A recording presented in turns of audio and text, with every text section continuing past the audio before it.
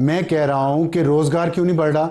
Benazir income support पे आप इतना प्रोग्राम, इतने पैसे को आग लगा रहे हैं, गुर्बत बढ़ रही है कम होने की बजाय।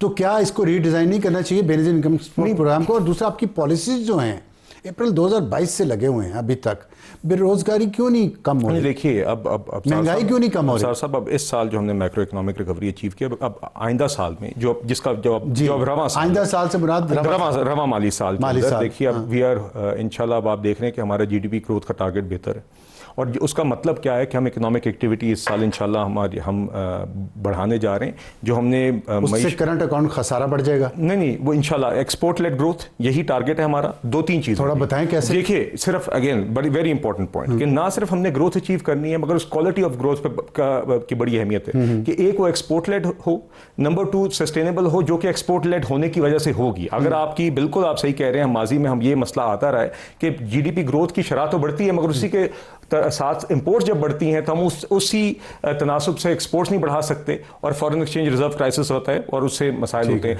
उसको हल करने के लिए एक ही मैं आपको मेजर मिसाल इस साल की दे दूं तो वो मेजर टैरिफ रिफॉर्म्स है, जिसके अंदर हमने कोई अभी आप देखेंगे 5 साल के अंदर मेजर ड्यूटीज के अंदर रिडक्शन आएगी और इस साल पहले साल के स्टेप्स उसमें उठा दिए।